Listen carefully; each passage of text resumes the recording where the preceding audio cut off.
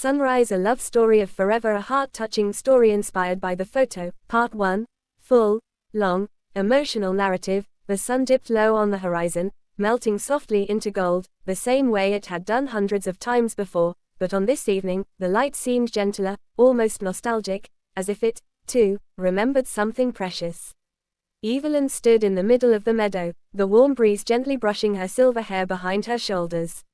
She held a small bouquet of wildflowers, their fragrance faint but sweet, as if carrying a memory from a life long lived.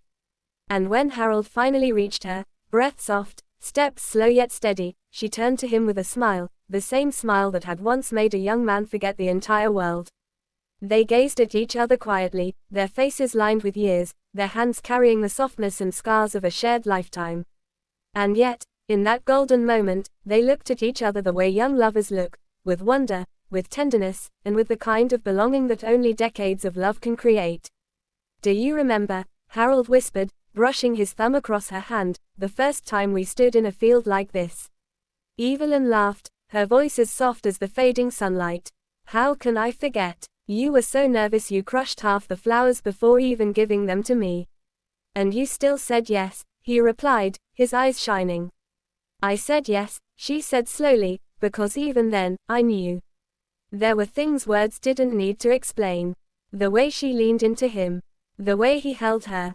The way their hearts had learned to beat in rhythm long before either of them knew what love truly meant. Blossom their beginning 58 years earlier, in a town so small it barely had a name. Harold was a shy young carpenter who spent his days crafting furniture and his nights dreaming of a future he wasn't sure he could ever reach. Evelyn was the opposite, warm, fearless, the kind of girl who talked to the sky as if it were a friend. She worked at her mother's small bakery, her hands always dusted in flour, her smile always carrying the sweetness of fresh bread and innocence. The first time Harold saw her, she was placing daisy chains in the hair of neighborhood children. He didn't know her name, but he knew his heart had chosen her.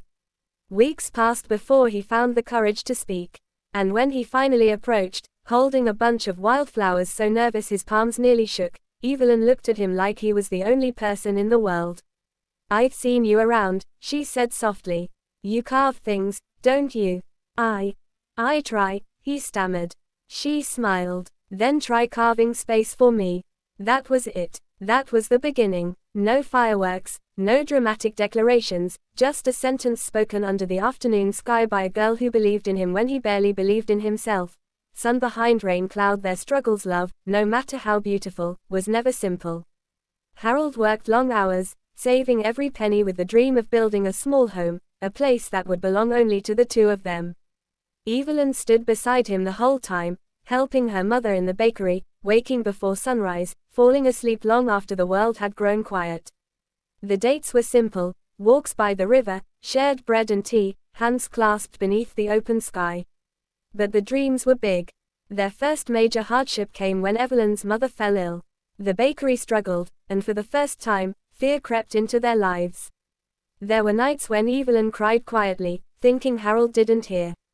But he always did, so Harold took extra jobs, repairing roofs, fixing fences, carving small toys to sell in the market. He never told her how exhausted he was.